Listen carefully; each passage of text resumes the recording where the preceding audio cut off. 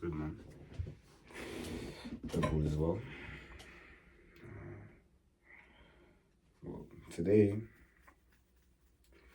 I wanted to talk about being alone, okay? And why, obviously, there are positives and negatives from being alone. It just depends on how you view it. Okay, I'm not necessarily saying that because you have three options, okay? You can either not understand what it means to be alone, so you experience both the positives and negatives, and like you may not be aware of exactly what you're feeling. But to be fair, if you don't understand the value of viewing it purely from a positive angle, you're more likely to feel the negative effects more, just from your pure human instinct, okay, to want to, connect with other people. So when you're alone, you instantly think to those settings, and your software just instantly thinks, oh fuck man, like life is just shit at the moment, you know what I mean?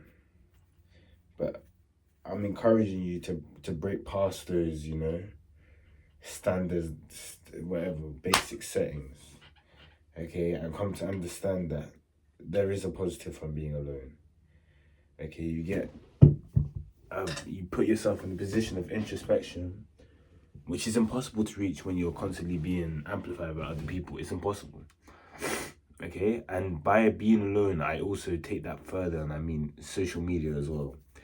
Something that we talk about a lot on here, but I will talk about again, because even on social media, we do see those, let's call them blocks. We do see those blocks to the true alone state, which allows for introspection. Okay, it's the invading opinions.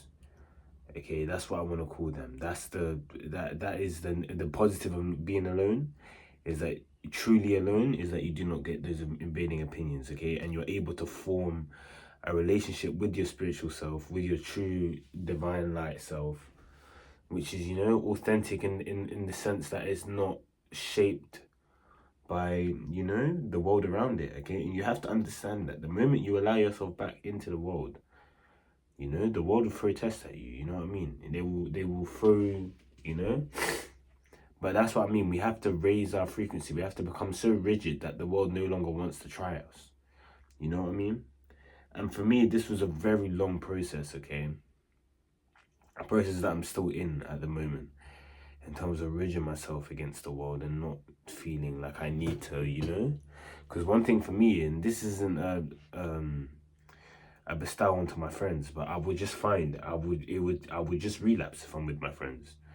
Like, it's just because it's such a normal practice within our friendship to ras it, that I would just relapse, but for the first time in my life, I've gotten into a position where it's being offered to me, and I'm rejecting it more and more and more, to the point where I'm no longer being asked, and I'm sure they're probably doing it, and I'm just no longer being asked. And that is and again, this isn't to say, oh yeah, this is my friends, because I love being around my friends when they're sober. I love it. But it's just, if that freeing sense of knowing that I'm beating something that I've been struggling for a long time, is the relief that you get once you're okay with being yourself. Because only when you're with yourself, you realize how much of a battle it is. Because of course, just saying yes to something like that, knowing that you're living the consequences of it, is a very freeing feeling. You know what I mean? But then it's only freeing when you recognize how chained down you are to it. That's the only time it's freeing, when you really realize how much it's been locking you up, And the only way that you can truly see that is through introspection. This is what we talk about. Because the subconscious definitely holds a load which we can sometimes never understand, just because it's just such a normal practice. You know what I mean? So we're not designed to understand it anymore, because it's just become such a common thing. For some people, that's through alcohol. At one point in my life, it was as well. For some people that might be smoking, for some people that might be sex. There's many things that it could be, okay?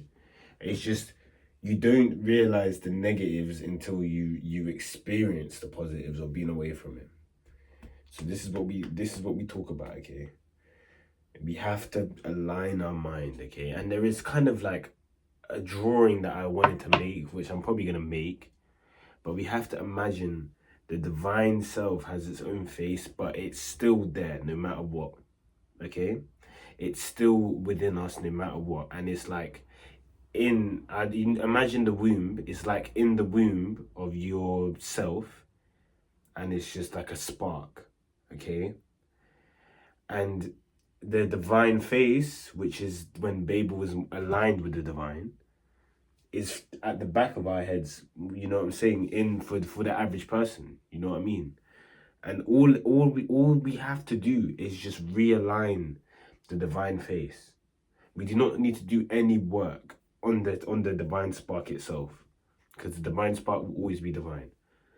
But the divine face is what we need to bring to the forefront. And we have to understand, it's like we have to have control of this relationship, because it's a pull-push relationship, okay? It's a pull-push relationship.